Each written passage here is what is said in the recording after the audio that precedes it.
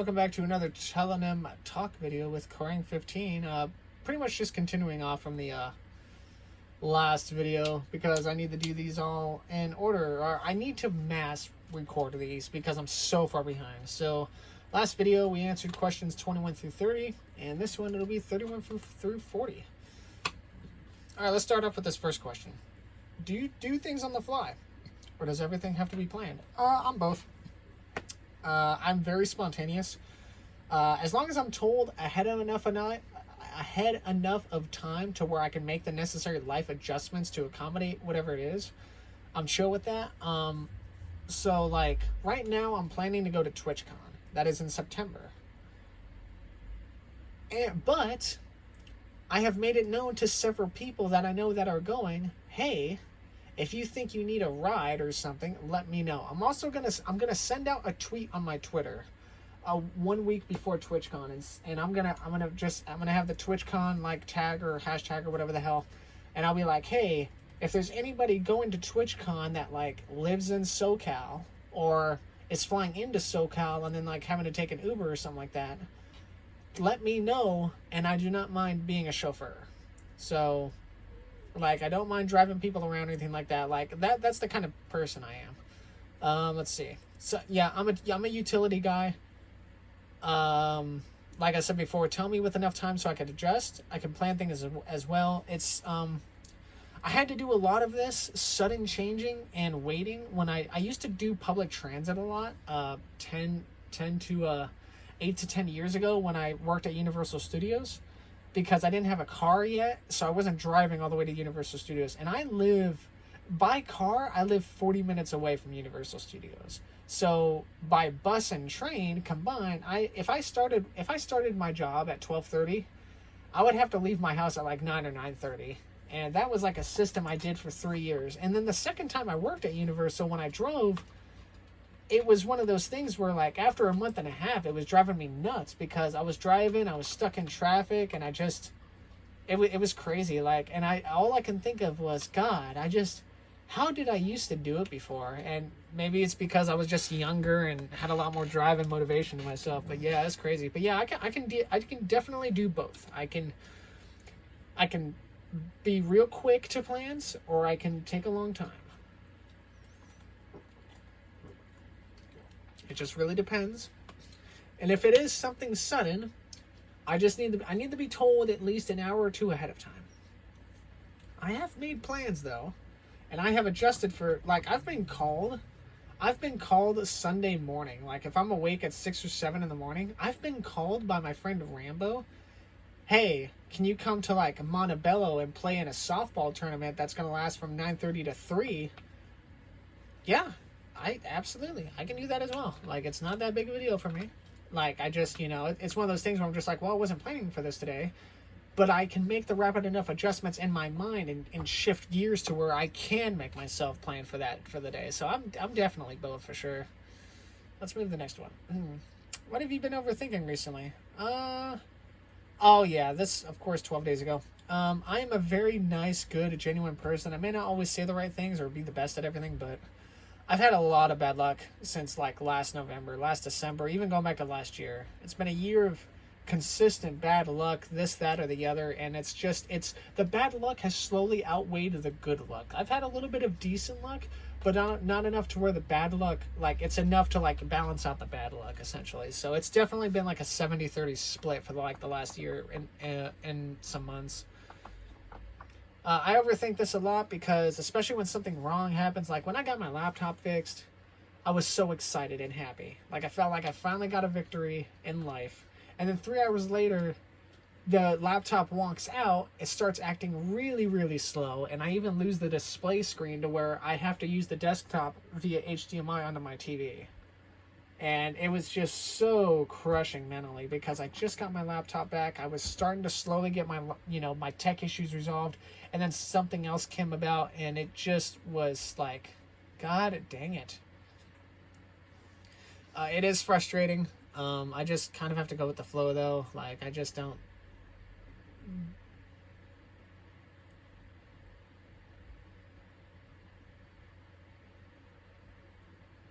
It's just like I don't know.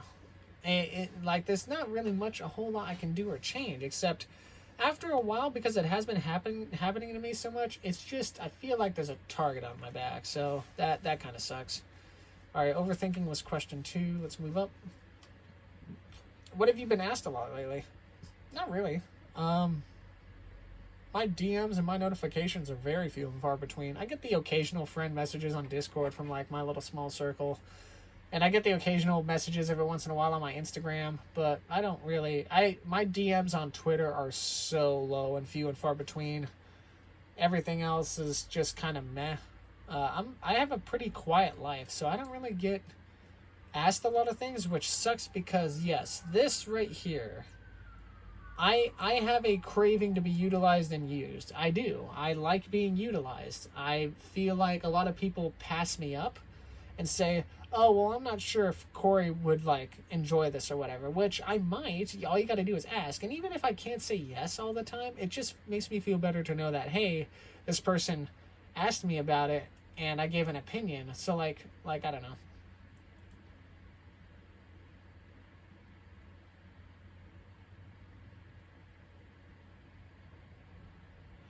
But yeah, I like being utilized. I like being used. It just doesn't happen often, and I just kind of sit on my own for a little while. And it makes me a little sad. That was what, question 3? Yeah. So, asked a lot is question 3. What filters do you use on pics? I don't have any filters. I do not take selfies. I do not take pictures. I'm not a photographer. So yeah, the only filters I use, this was kind of an internal joke for me, are oil, air, and fuel filters, because that's what my car needs. So I don't use any filters for anything.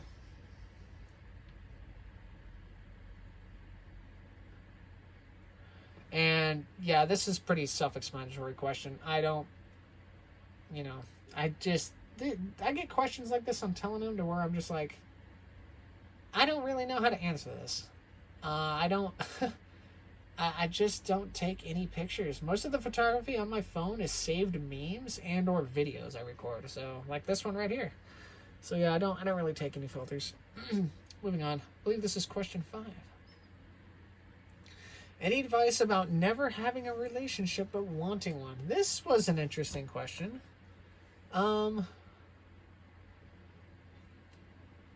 I daydream a lot, and I don't have a lot of self-esteem and confidence, so I don't commit. There are like 3 to 4 girls I like at the moment, and it's just hard for me to kind of figure out, like, all I can do is sit and continue to learn more about them and, like, see what they do, because, like, everybody gets those, like, little crushes and everything like that, and sometimes it's just like, oh, I have a crush on this person, but I have a crush on this person as well. Like, I like to analyze it. I like to dissect it. Like there's a couple of VTubers I like, a few VTubers I really like. One of them I feel like I absolutely could flourish in a relationship with, because she's chaotic, funny, super sweet, like super supportive and everything. Like, and I feel like we would just gel. And then there's another VTuber that is really introverted, but she's super sweet and super like just really, really nice and quiet and everything, and she's like super into books and all that, which I'm not really into books, but I used to be. So I just feel like we would both be really good for each other. And it's just one of those things where it's like, you think about it. And then there's another girl I like, one of my newer friends, and I feel like she and I have a lot of good, quirky, eccentric tastes, and I almost am tempted to, like, I hope to game with her a little bit more, to see like how we would be in a relationship, because I feel like we would actually be a pretty dynamic power duo. So yeah, it just depends right now. I cannot commit. I wish I could reach out and talk to these people. I just get shy, and I don't know. And that just comes from previous experiences of trying to reach out to people I talk to, and then them kind of leaving me on red or ignored. So what can you do? As far as the advice for it, I'm analytical, so pretty much what I said here is what I would do for myself. Short-term, long-term goals, focus on the compatibilities, see if, like, because 2 to 3 like times interacting with them, even if it's for a few hours, I don't feel like is enough. I feel like you need to spend at least 12 to 15 hours with the person in separate occurrences. That way you can catch them on different days in different moods that they're in. And I feel like that could be a way to properly gauge how to like actually, what's it called? Gauge how actually the compatibility would be for you with that crush of yours. So yeah. And if you want to try for them, go and see what happens. Now, you may be wondering, well, Corey, you just said you don't really try. Why is that? I have previous bad experiences with trying, and I just let things be. One of the girls that I have a crush on is going to TwitchCon. And she's somebody I've collabed with, I think, once, but I super support. She's been going through some mental issues here or there through the year. She hasn't really been streaming that much. But there's something about her that makes my mind go back to thinking about. And it's like, it's one of those things where it's just like, if your mind wanders back out of nowhere to a girl you're thinking about, that means there's a deeper connection there that you feel for somebody more than you would probably want to admit to yourself. So, yeah, the only problem is, though, is that she's changed her profile in Discord a little bit. And it used to say something in her profile for a while, and now it says somebody else, and it makes me a little suspicious that maybe she now has a boyfriend or a partner, but I am not certain. So, like I said, I don't really know. I could actually check it right now and see, because I have her DM open. I leave her DMs open. I don't ever like turn them off. Let's see. Oops.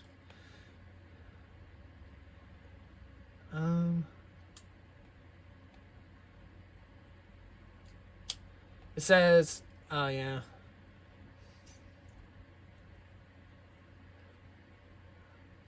Okay, it's kind of a vague profile thing, but I don't know. It kind of leads me to believe that maybe she found somebody, and if she did, good for her, you know. All right, let's move on. I think that was question 5. Do you know anyone who thinks homeless people are just not trying hard enough to improve their situation? No, I don't. My parents are fucking old school and traditional, so of course they frown upon homeless people and just think of everything on the surface that's going on with them. I'm actually really, really nice to homeless people. I'm a complete night and day switch from how my parents are to people versus how I am. I have some friends that are homeless that I talk to on the weekends when I work. Like the one I got an older gentleman who's homeless, and he like lives in his truck outside of a grocery store. I'll see him on the weekends sometimes. There's also a couple people like at a different area that I've seen homeless, but I've engaged in conversations with. And then all the times I've taken public transit, I used to interact with some homeless people on like the subway. I would sit at night, late at night on the subway, on the red line. I would sit in the back of the train because that's where some of the homeless people would stay at. So nobody wants to be at the back of the train, but there's only like 3 or 4 people in there. And I wouldn't mind sitting in the train in the same car with them, because most of the time they're either asleep or just kind of like talking to themselves like quietly. If you just leave them alone, they will leave you alone. And yeah. And then, you know, the homeless people I do talk to, they have some crazy stories, man. Crazy. Like, you'd be, like, interesting tales. Regardless if they're true or not. Always such a blast to listen to. Let me make sure.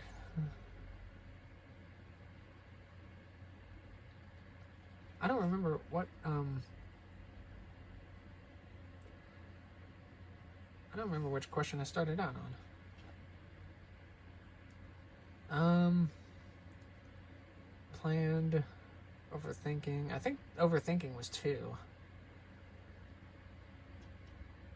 I know the filter one I think was 4.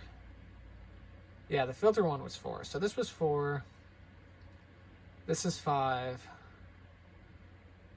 Yeah, 6. So homeless people is 6. So we have 4 questions left. What would you like to master instantly if you could choose art or language? But I put art because if I could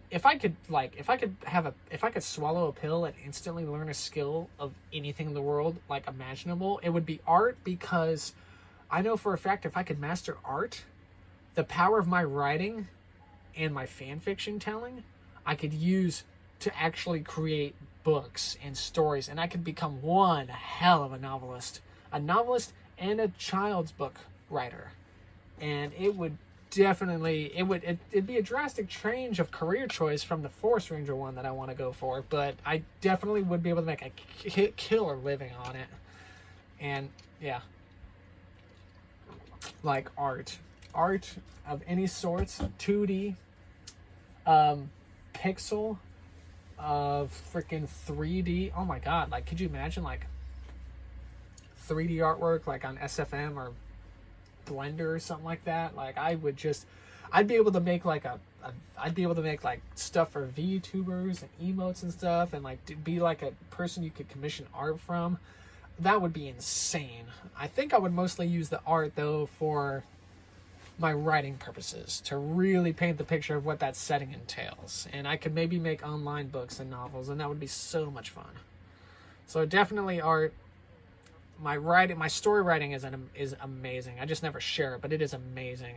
There is a role play I made on Character AI that I kind of want to send to my friend Mark, because he's been curious about my writing, and I get, those are waters I haven't treaded in a while. So it was one of the more better role plays I think I've done in a while. Like it was a really good role play I did. Like I was satisfied when it kind of got done and over with. I was very satisfied with how the story turned out.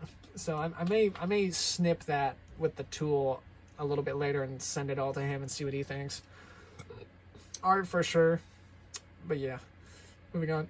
Question 7. Is there something you hated as a kid but you love now? I love yard work. I love working outside, being outdoors, doing projects, something like that. Like I used to dread it as a kid, honestly. I used to dread it. I used to hate being outside in the sun, getting all dirty and stuff. I used to hate it. Now, I freaking thrive in it. Like, I did yard work for my friend a week before his July 4th, like, party at his family's house, and I kicked ass in that side yard of his. Like, I was able to, like, clean it all out and everything, and he was even impressed by it. Like, he thought I did a really good job with it, and I told him, I was just like, look, I've always, like, as I've gotten older, I thrive in outdoor projects. Like, I'm very good at word working. I'm very good with, like, tools and stuff like that. Not so much mechanical stuff, just, like, home making projects. It's just something I thrive in. I wish more people asked me to do it. I would advertise myself online. I just don't know how. But yeah, I'm very, again, it goes back to the whole me being versatile and a utility man. And it just falls back on that. This is stuff I love doing. I more or less also like doing yard work because it's something I can manage on my own. So I always enjoy it now. It is 7 p.m. What the fuck? I did not know that. This was not a question. That was just something I sent. Do you have a friend? This is question 8, by the way. Do you have a friend who feels they can't show their feelings because it's not manly?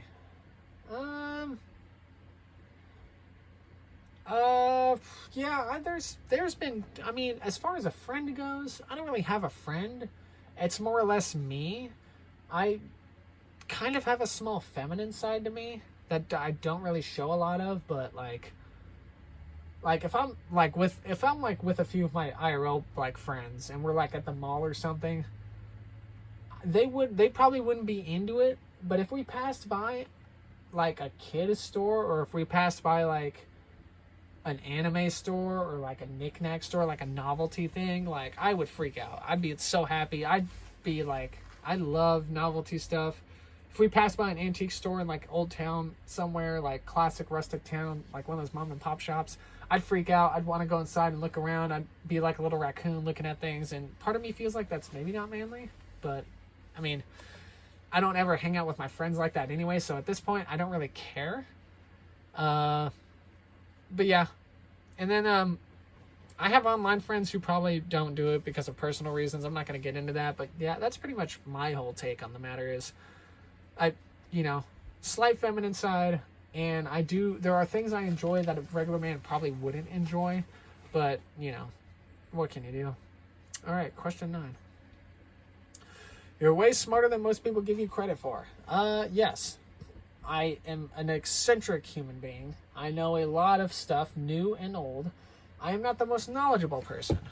However, I know the most random bits of trivia that nobody would just randomly remember on the fly. and I'm very, very in-depth, I'm very analytical, and I'm very good at giving advice, even if it's something I've never experienced myself. So, yeah, I'm a really, really varied, knowledgeable person. Definitely a unique intellect to my brain. Sometimes my brain has two functions and has two modes. It'll either act like a steam train with not enough water, or it'll act like a NASA supercomputer. I'm also really good at withholding information, not particularly pertaining to me, but pertaining to others, that it just makes me, so I can say, hey, I remember you told me you like this. Like one of the VTuber friends I like is, she likes Mountain Dew, Baja Blast, and Milky Ways. So if she goes to TwitchCon, and if I see her at TwitchCon, I think I'm going to buy her a bottle of Baja Blast Mountain Dew, and I will buy her a couple of Milky Way candy bars, and I'll give them to her, and I'll say, hey, I remember months ago that you said you liked these, so here you go. And, you know, if it makes them smile, that's all that matters, right? Number 9. Number 10. What topic could you talk about for hours? Oh, any of these I listed here. Sports. I love talking about sports. Games, mostly board and card games. Could talk about trains for a long time. Movies. I'm not a movie buff. I just like the idea of talking about plot lines and theories with movies, and like going into that, discussing film in that genre. Not so much an actor or an actress buff. Just more like storyline plots and stuff. Geology. I am a very, very avid fan of earth science. Random trivia. Knickknacks, music. Yeah, like I said, this kind of goes back to the last question. Wide array of knowledge. And just something, any of these. That's why I think that's what makes me such a likable person and such an in-depth, varied person, is because I'm able to relate with any age group. I'm able to make any age group laugh based on the jokes I tell, because I'm able to get along and relate with a lot of different things. I can relate to old people a lot because I know a lot about how the old days was, based off my grandparents and or off of the TV shows I watch, which I was watching Murder, She Wrote earlier. That's a 1980s like mystery show. So, and I could talk about new age stuff, like new stuff from the 2010s or whatever. Like I can talk about that to people. I have a wide array. I have a wide spectrum, as I call it, that in my mind and how I work. And I think, and this also kind of goes back to, if anybody could copy my style, would I get mad? My style is so unique and in-depth and so personalized in my own vision and mind, it would just be impossible. And this one and this question, if we go back down, again, it would just be really hard to mimic me. So, yeah. I think that was question 10. So this is the next set of questions, right? Yeah. Okay, so I'm going to pause the video. I don't know if I'm going to do any more, but definitely wait and see.